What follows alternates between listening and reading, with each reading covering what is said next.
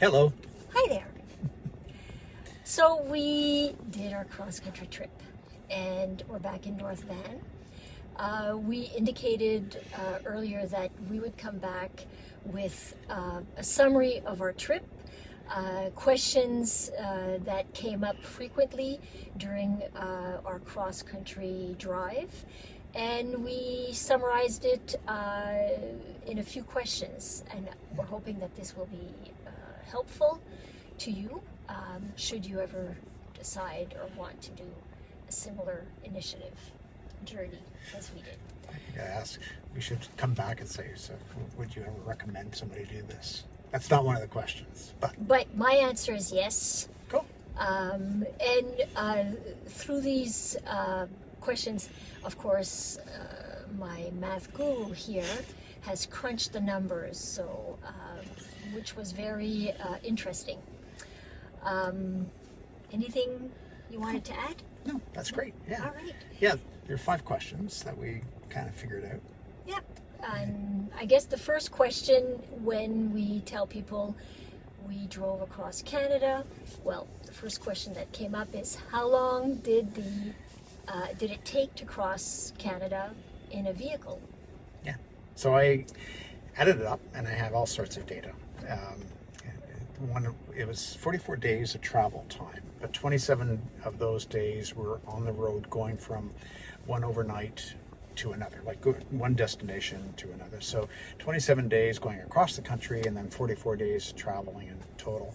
And then that 44 days, over the 44 days, we traveled on 14,000 kilometers. So about 6.4 thousand driving in each direction. So 6.4 thousand going one way and 6.4 thousand going the other. And actually very close, even though we didn't take exactly the same route, the distance was pretty much the same.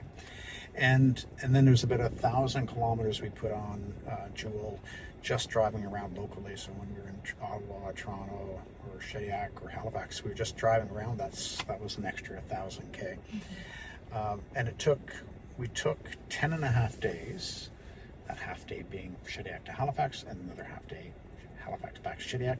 So 10 and a half days driving east. And but we took 6 more days to drive west. So we had intentionally planned to take it a little bit easier on us and on Joule on the way back, and so we added 6 days.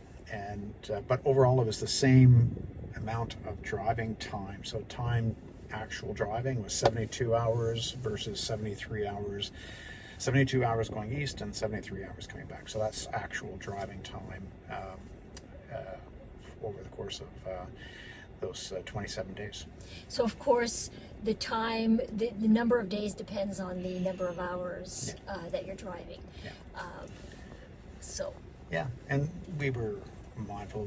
I really enjoyed taking more time on the way back, and that worked out for us in a number of ways. One, we were able to enjoy more stops and see more towns and talk to more people, and I really enjoyed that. That was amazing. Yeah. Actually. Yeah. And then another common question that came up was, of course, we're charging, and they're interested in finding out more. What kind of car do you have, and how long does it take to charge? And so I added it all up. Just looking at the fast chargers, any time we stopped at a fast charger, I added those together and divided by the number of times, and it turns out it's 41 minutes at a fast charger. So,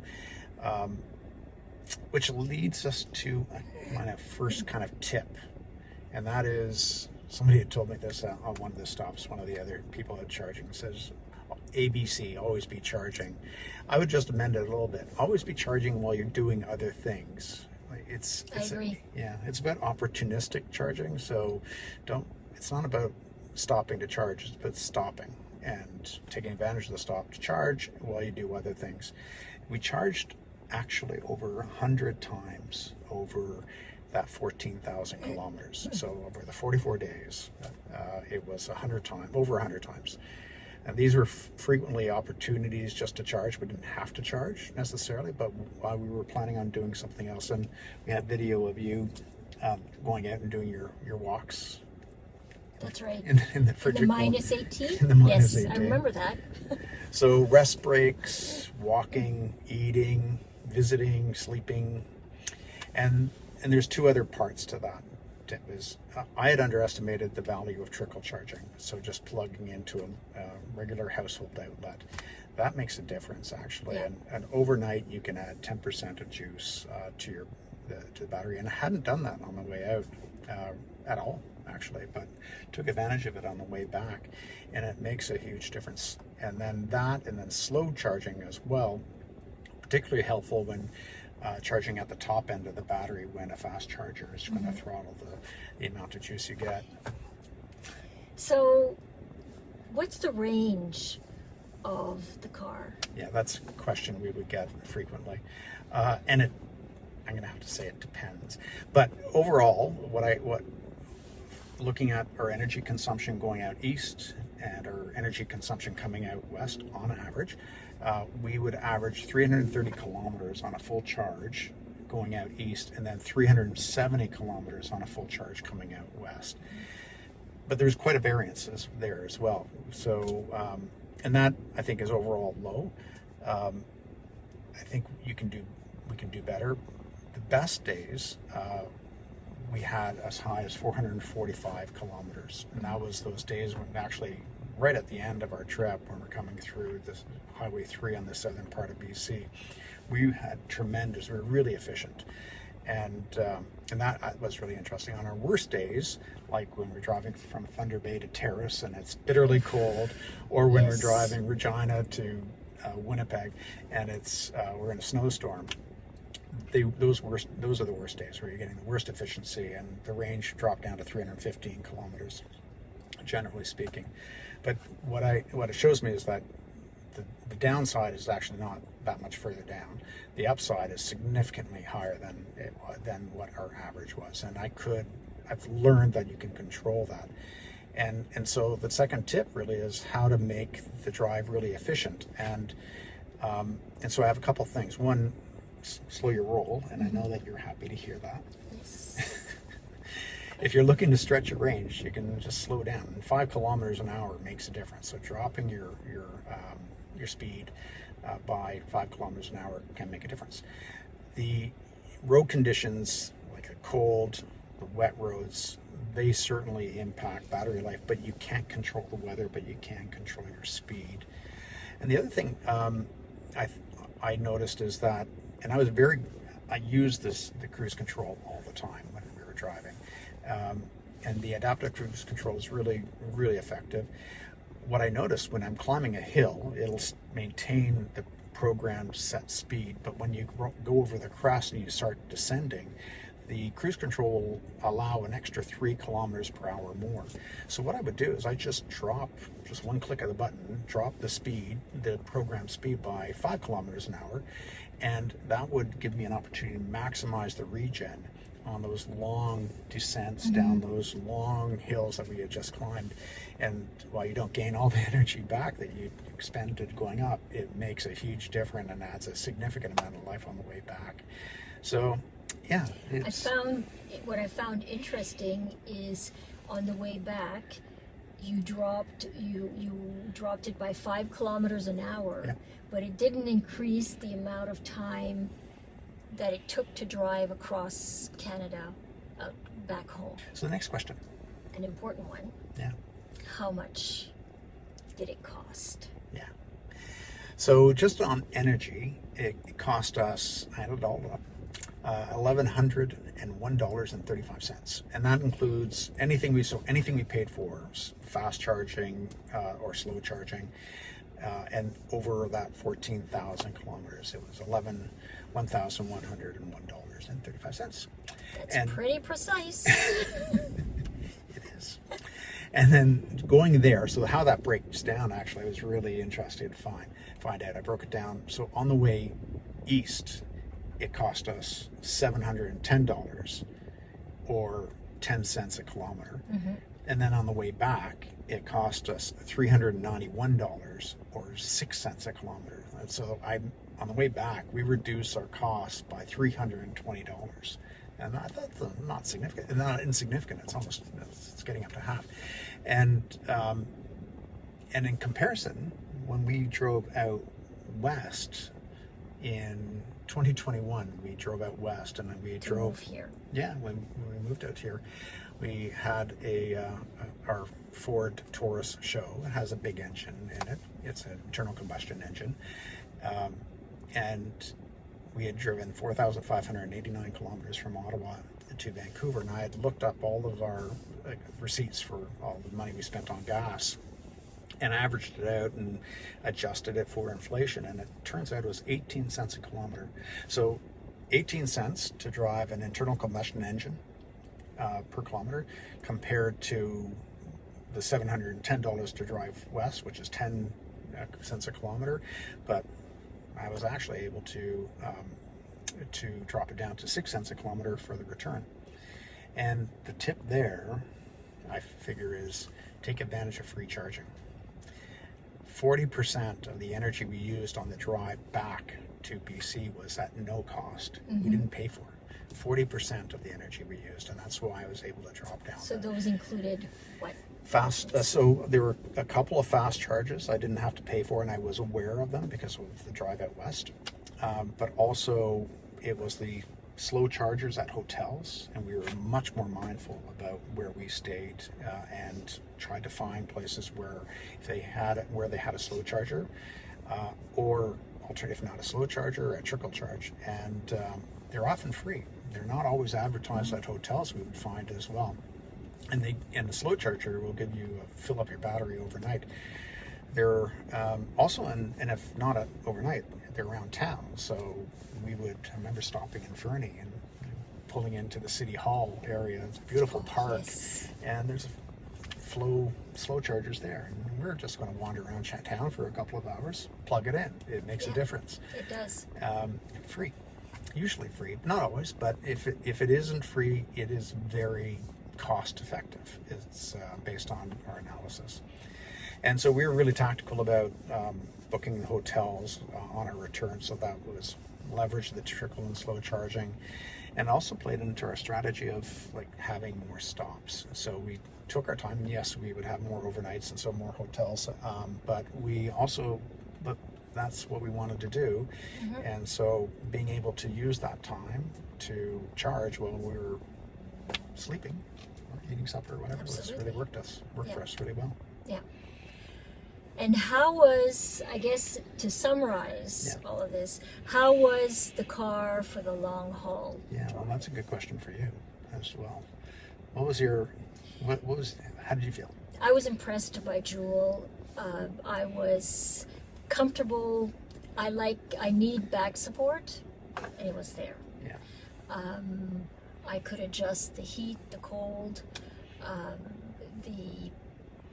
everything was, of course, it's also the car was easy to clean because we don't eat in it. There's one rule, no eating apart from our morning coffees. But and being in the passenger seat, there are things that you could tell some of the things that like the power of the car was impressive. When Alec was passing, I felt a confidence, and I'm not driving, that the pickup was going to get us past safely across to the front of that transport truck. Yes. Yeah. Yeah, the power is really relentless going up those hills, especially. It's just it can handle the climb, no problem. And as I mentioned earlier, I used the cruise control. I didn't use the pilot assist as much. The pilot assist is not my original thinking as pilot assist is I wouldn't have to drive. Of course, you have to keep your hands on the steering wheel, but actually it doesn't work that way. At least that's not the way I found it. What I found, and I used it for additional safety when we did that long drive from Thunder Bay to Toronto, and it was dark and long days. We had traveled for 22 hours, drove for 15. It was crazy. Yes. I had the pilot assist on, and especially when I had the pilot assist on, period.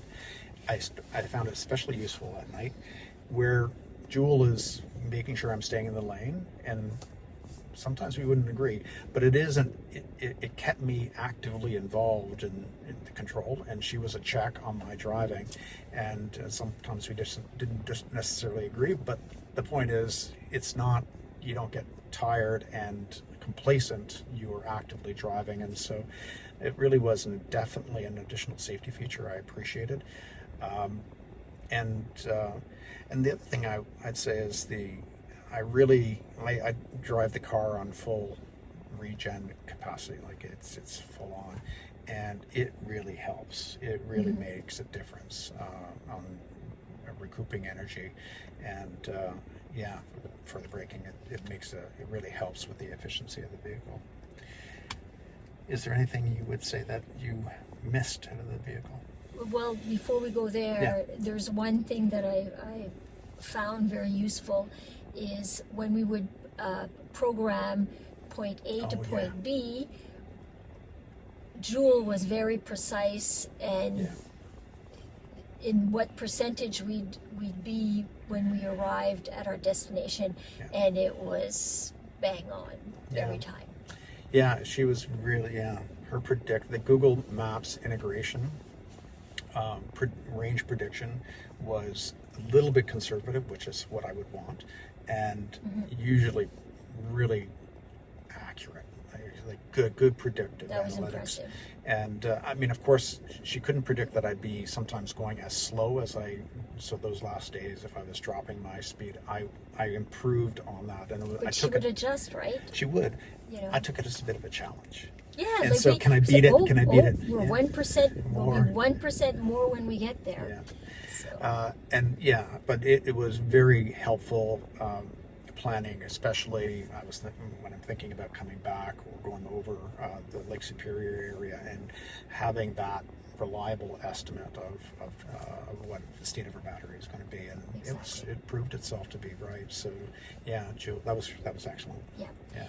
The one slight, if we were to redesign the car, the one slight thing that we would make is a second cup holder. There are 2 cup holders, but one of them is right in the middle here. The other one is underneath the armrest, and it's not very practical.